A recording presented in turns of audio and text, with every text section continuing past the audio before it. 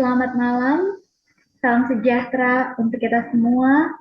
Puji Tuhan, pada malam hari ini saya mengucap syukur kepada Tuhan oleh karena saya boleh diberikan kesempatan untuk membagikan pengalaman kehidupan saya, bagaimana perjalanan kehidupan saya bersama dengan Tuhan. Perkenalkan, nama saya Wina Priscilia Hidupan. Saya berasal dari Kota Manado, Provinsi Sulawesi Utara. Di dalam kehidupan saya pernah mengalami titik terendah yang saya rasa pada saat itu Tuhan meninggalkan saya. Kenapa? Oleh karena pada saat itu Tuhan mengizinkan orang tua saya untuk menutup usia. Saya meninggal dunia. Pada saat itu saya masih berkuliah semester 3 di suatu universitas yang ada di Kota Manado.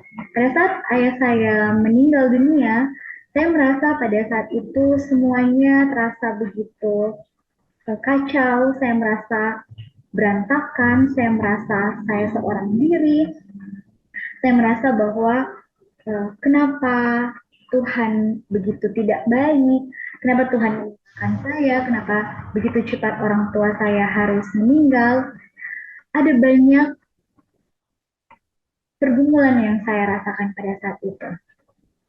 Namun pada akhirnya, oleh karena tuntunan Tuhan juga, akhirnya saya memutuskan untuk saya tidak boleh seperti ini. Saya harus berdoa kepada Tuhan. Saya harus tetap berserah dan bergantung kepada Tuhan. Kemudian saya memutuskan untuk berdoa dengan lebih sungguh-sungguh lagi. Saya pada saat itu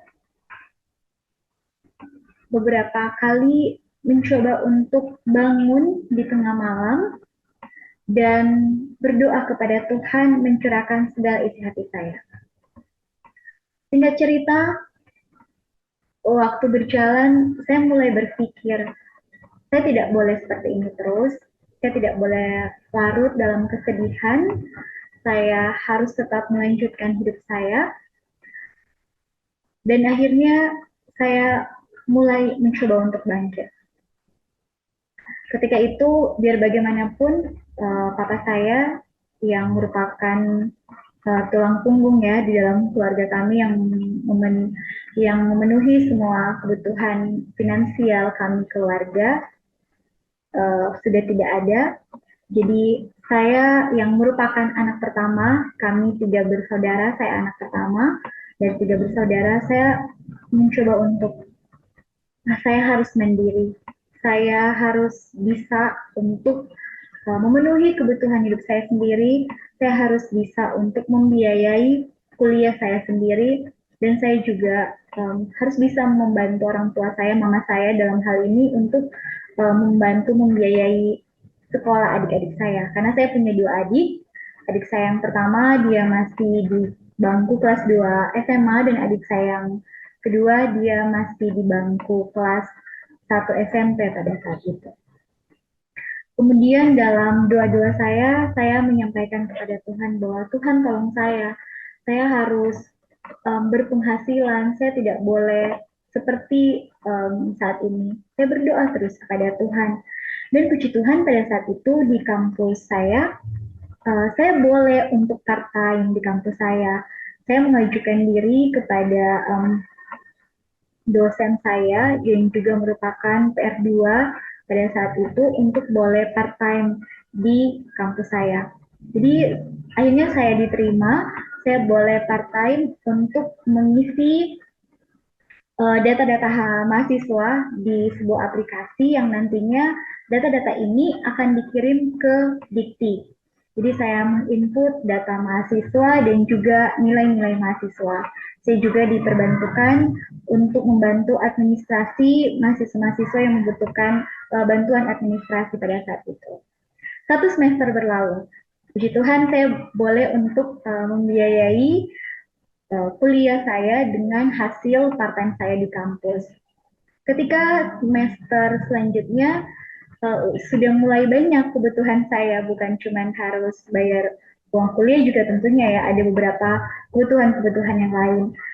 Saya mulai pikir bagaimana ini Tuhan, Tuhan tolong berikan bantuan kepada saya, apa yang harus saya lakukan, bagaimana supaya kebutuhan-kebutuhan juga yang lain boleh terpenuhi.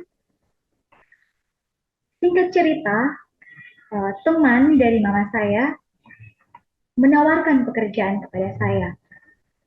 Kemudian saya dengan senang hati saya akhirnya mencoba untuk membuat lamaran dan memasukkan lamaran saya ke kantor milik dari teman mama saya.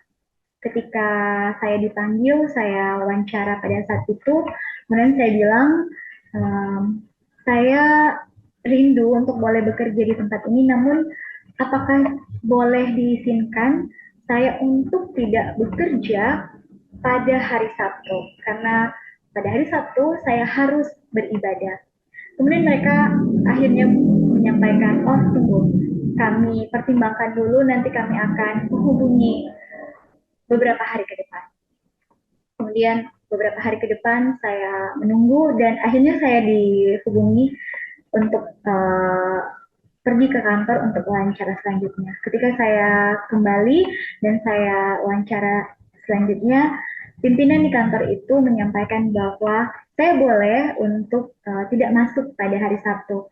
Wah, saya merasa begitu sukacita, senang karena akhirnya saya boleh mendapat pekerjaan yang dengan penghasilan yang lebih lumayan banyak dan saya juga boleh tidak bekerja pada hari Sabtu. Saya merasa bahwa wah, semua akan aman-aman dan baik-baik saja.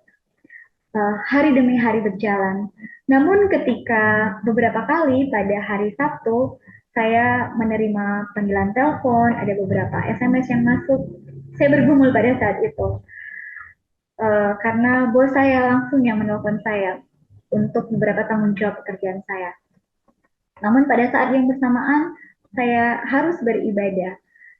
Dan pada saat itu saya memilih untuk tidak mengangkat telepon dan membalas SMS yang ada.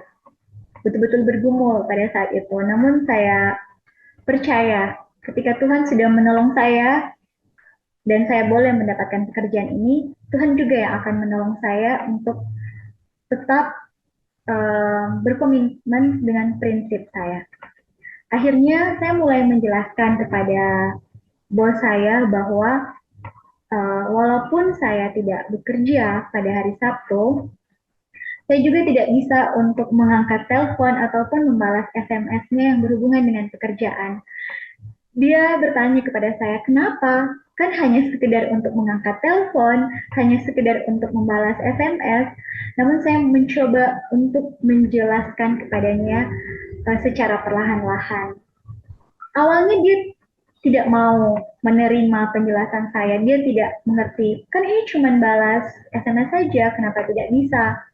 Namun dengan doa-doa yang saya layangkan, puji Tuhan, Roh Kudus Tuhan mulai mungkin menjelaskan di dalam hatinya sehingga pada akhirnya tidak ada lagi telepon ataupun SMS yang masuk kepada saya.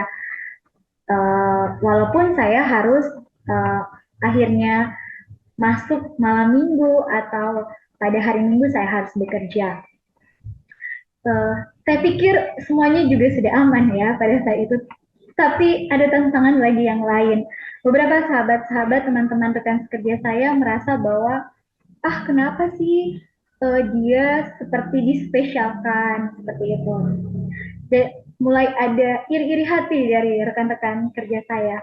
Saya akhirnya bergumul lagi kepada Tuhan. Tuhan tolong saya jangan sampai saya yang tidak masuk kerja pada hari Sabtu akhirnya menjadi contoh atau menjadi teladan yang tidak baik bagi sahabat-sahabat saya yang lain.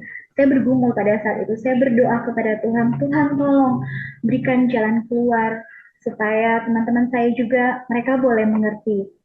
Dan singkat cerita, 3 tahun kemudian ketika berjalannya waktu, pimpinan dan bos saya di kantor pada satu kesempatan dalam rapat tahunan kami, beliau menyampaikan di dalam rapat bahwa Kami melihat bahwa ada salah satu karyawan di kantor ini yang tidak bekerja pada hari Sabtu, namun pekerjaannya boleh selesai.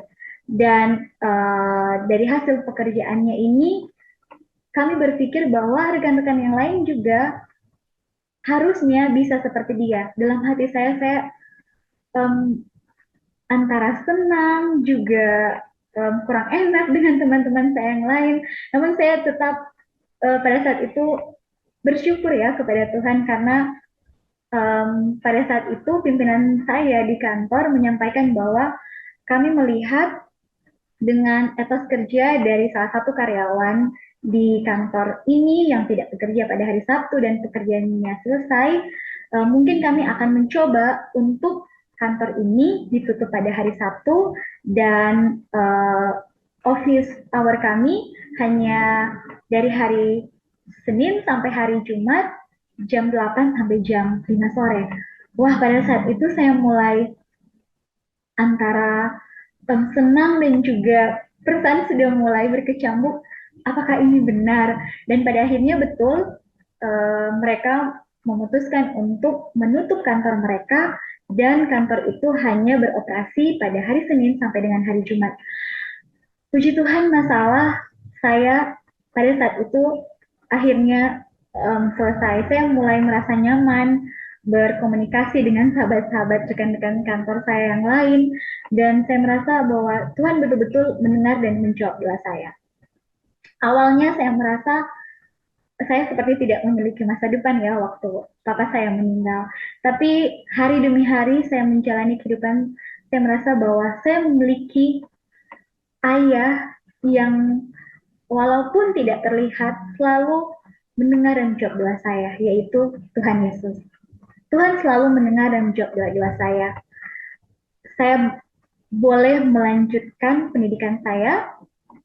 Akhirnya saya selesai tepat pada waktunya, 4 tahun saya kuliah. Saya lulus dengan hasil yang sangat memuaskan, bukan hanya membiayai diri saya sendiri, tapi saya puji Tuhan diberikan Tuhan berkat yang lebih sehingga saya boleh membiayai sekolah adik-adik saya sampai mereka boleh mandiri dan bekerja. Saya merasa Tuhan luar biasa baik. Walaupun mungkin doa saya tidak langsung dijawab pada saat itu juga, tapi Tuhan selalu mendengar dan memberikan pertolongan tepat pada waktunya. Saya rindu juga agar supaya teman-teman dan sahabat-sahabat orang muda, orang-orang tua dimanapun berada, yang sementara menyaksikan tayangan ini. Jangan pernah kita takut dengan pergumulan apapun yang terjadi dalam kehidupan kita. Kita memiliki Allah yang luar biasa. Walaupun kita tidak memiliki siapapun atau apapun, ingatlah ketika kita memiliki Tuhan, kita telah memiliki segalanya. Saya ingin membagikan firman Tuhan yang terdapat di dalam Yesaya 41 ayatnya yang ke-10. Janganlah takut sebab aku menyertai engkau. Janganlah bimbang sebab aku ini Allahmu. Aku akan meneguhkan bahkan akan menolong engkau. Aku akan memegang engkau dengan tangan kananku yang membawa kemenangan. Ayat ini merupakan ayat yang selalu saya baca di saat saya merasa takut. Ayat ini menyampaikan bahwa jangan takut, sebab kita memiliki Allah yang senantiasa menyertai kita. Jangan bimbang, karena kita memiliki Allah yang akan senantiasa menolong kita. Di dalam Amsal 3 ayat yang kelima. Percayalah kepada Tuhan dengan segenap hatimu, dan janganlah bersandar kepada pengertianmu sendiri. Marilah kita senantiasa percaya kepada Tuhan. Saya telah mengalami mujizat dalam kehidupan saya. Bagaimana pertolongan Tuhan hari demi hari begitu nyata. Saya harus bekerja ya pagi hari, kemudian sore hari saya harus kuliah, malam hari kadang saya tidur larut malam karena harus menyelesaikan tugas-tugas kuliah saya. Beberapa kali ketika tidak ada tugas mata kuliah, saya harus memberikan les privat ke anak bos saya supaya mendapat tambahan penghasilan. Dan saya merasa tidak ada waktu untuk me time ya, seperti orang muda pada umumnya. Tidak ada waktu untuk malam minggu, tidak ada waktu untuk jalan-jalan. Saya harus ekstra kerja keras dan belajar keras untuk kehidupan saya. Namun puji Tuhan, berkat kesehatan, berkat kekuatan, dan berkat mandiri boleh saya rasakan sampai dengan saat ini. Saya merasakan walaupun saya begitu keras menjalani kehidupan saya, tapi saya tetap dalam keadaan yang sehat dan saya boleh menyelesaikan kuliah, saya boleh membantu orang tua saya dalam keadaan yang baik. Dan satu ayat terakhir yang ingin saya bagikan yaitu Yeremia 17 ayat 7. Diberkatilah orang yang mengandalkan Tuhan, yang menaruh harapannya pada Tuhan. Ketika kita mengandalkan Tuhan, ketika kita menjadikan Tuhan yang pertama dan terutama dalam kehidupan kita, Tuhan senantiasa akan memberikan jalan keluar. Tuhan senantiasa akan memberkati kita. Tuhan akan menolong kita melewati pergumulan yang diizinkannya terjadi dalam kehidupan kita. Sahabatku, orang-orang muda, orang-orang tua, Bapak Ibu Saudara-saudari, jangan pernah takut, tetap percaya kepada Tuhan dan mengandalkan Tuhan di dalam kehidupan kita.